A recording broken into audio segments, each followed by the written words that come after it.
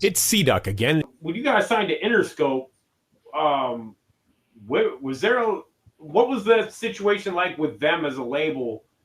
Because it seemed like you guys would be better suited to an independent situation, but you guys stayed with Interscope the whole time, so I'm guessing it was amicable. Uh, so we had a situation with Charlie Tuna and stuff. Charlie Tuna actually signed with Ozo Motley before he signed with Jurassic 5, right? Okay, So Ozo Motley was pushed by Interscope and stuff, right? The label they were on, right. they distribute them. So when he got his deal and stuff, they got the deal and stuff. They end up giving Charlie his own little solo deal. This is how that lawyer worked it out so that he could actually still do Jurassic 5 and stuff, right? So Mm. so so it was more amicable for us to go with Interscope because he was already over there, so it just made it a little bit easier for us to still do things and stuff and travel because it was getting a little tedious and stuff, a few tours and stuff, he didn't make it and stuff, you know what I'm saying? And Mm. it was like man, we gotta fix this shit and stuff, you know what I'm saying? So Right. once Interscope offered us the deal and stuff, we had other deals at other places and stuff that we could have went and stuff that, in hindsight, I'm like, man, but everything happened for a reason and stuff. So I don't really Sure. cry over spilled milk or whatnot and stuff, but it made it easier for us to deal with it with Interscope and stuff. Now Interscope, I won't say nothing bad about Interscope because I believe they let us do what we wanted to do and stuff. You know what I mean? They didn't Okay. really force us to do anything and stuff. You know what I'm saying? I think we might have did a couple of commercials and stuff like some credit card commercial and stuff that they were trying to get students to help out like an intern or some shit like that and stuff. Mhm. Hmm. And I was like, man, I got homeboys that need a fucking job. You're fucking killing us right now and stuff with the homies and stuff. You know what I'm saying? You offering Right. a damn on TV and stuff. You know what I'm saying? Offering work that needs to be done for Jurassic 5, and the homies just like, man, I do that shit. Like, you know what I'm saying? But Right. Right. you know what I'm saying? But you didn't put us in a trick bag right now and stuff. You know what I'm saying? By having this little credit card thing, speaking to people out there that you want to be an intern for J5. Like, yeah, it sounds good, like, like in from a marketing standpoint, but you putting us in a fucked up situation right now and stuff, especially for me, because for that to be a commercial going out to the world and stuff, you know what I'm saying? And yeah, I got friends that sitting there right next to me that like would need a job and stuff, that shit just sounds so fucking stupid and stuff. So that was the Mm. only thing that we actually ever did that you know forced into it, but it's just by being on the label and stuff, shit happened like that. But as far as music and stuff, they never forced us to do any music and nothing like that. And Will I Am told us, he said, man, make the label feel like they're a part of what you're doing, you know, and Mm. Mhm. and I understood what what he was saying and stuff, but it was at that point it was a little too late and stuff, you know what I'm saying? Because Gotcha. one of my group members, I won't say and stuff, talk shit about Jimmy Iovine in a Entertainment Weekly and stuff, and basically Jurassic 5 was blackballed. Oh What shit. Mm. what what kept Jurassic 5 going was that before we signed with Interscope, we were signed to a booking agent came from to the booking agencies and stuff. We never took shows from Interscope. Interscope never put us on the road. Oh, Mhm. okay. You understand what I'm Wow. saying? Yeah. Yeah. So yeah, which is rare, right? You know what I'm saying? Because Right. most of the times people do radio promo for the new album coming out and stuff, but we always had shows. So we didn't fall, you know, by way of being um, looking for them to do stuff for us or whatnot and stuff, you know. So when Yeah. they did end up blackballing us or whatnot and stuff, you know what I'm saying? It didn't hurt us when it came to shows, and you know, and that was our main thing where we what we were doing and stuff, and that didn't hurt. So most people that's looking on, you wouldn't know it and stuff, you know what I'm saying? But yeah, man, that shit was crazy and stuff, you know what I'm saying? Like, you know, I mean, you can't talk shit about the owner of the label and stuff, you know what I'm saying? Regardless of how, how you feel about the person or whatnot and stuff, you know what I'm saying? Right. Like, one person can't talk shit, you know what I'm Right. saying, and then be speaking for the rest of the label. This shit Right. was some bullshit, you know what I'm saying? So yeah, so we end up being blackballed, and so that's the story of our Interscope situation and whatnot and stuff. You know what Situation. I'm saying? It really could have been a good thing and stuff. You know, like I said, Will I Hmm. am.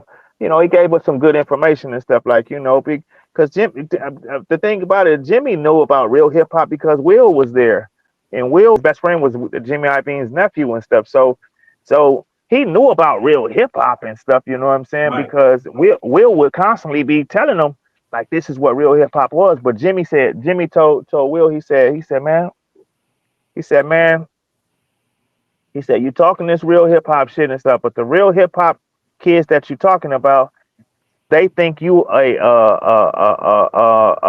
Fuji ripoff, Mm. right? So Right. they not fucking with you, and then these urban kids not fucking with you and stuff because they think you some weirdo shit. You know what I'm saying? So they told him, he's like, man,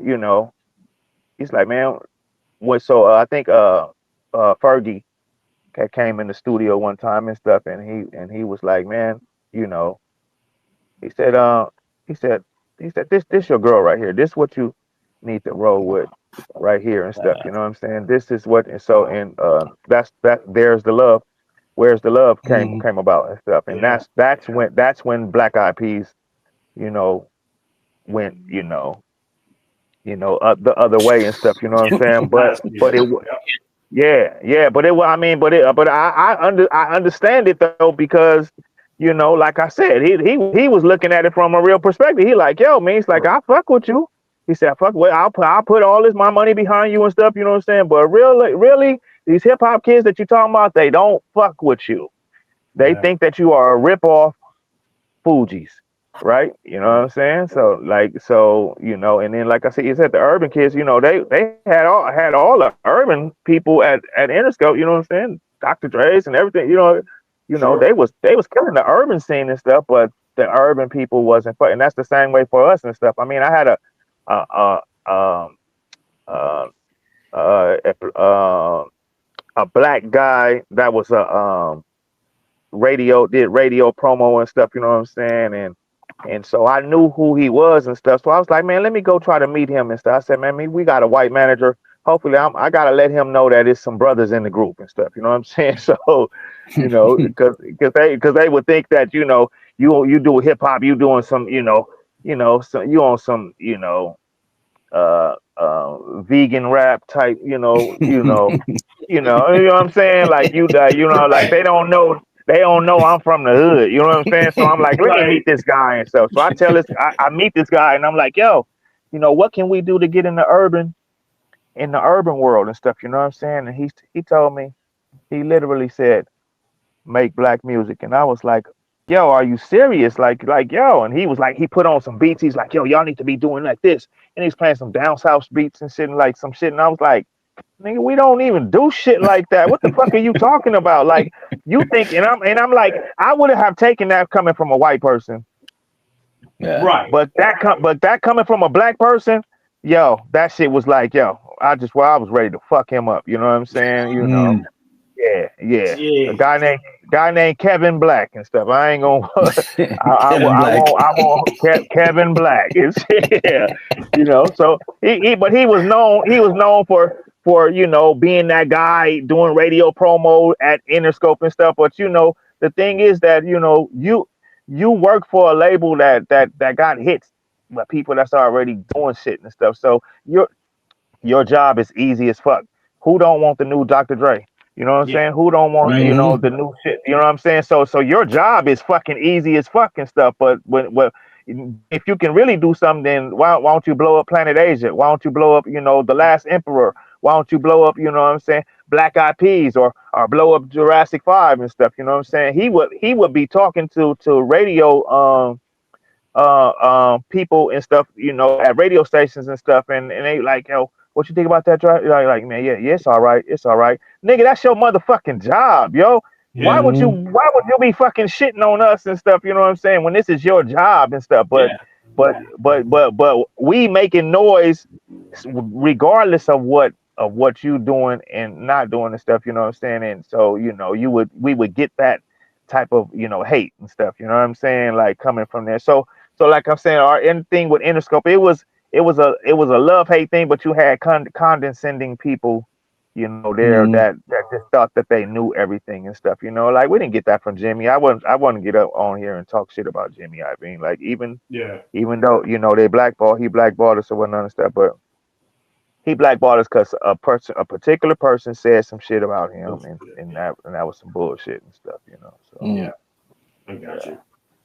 I got you.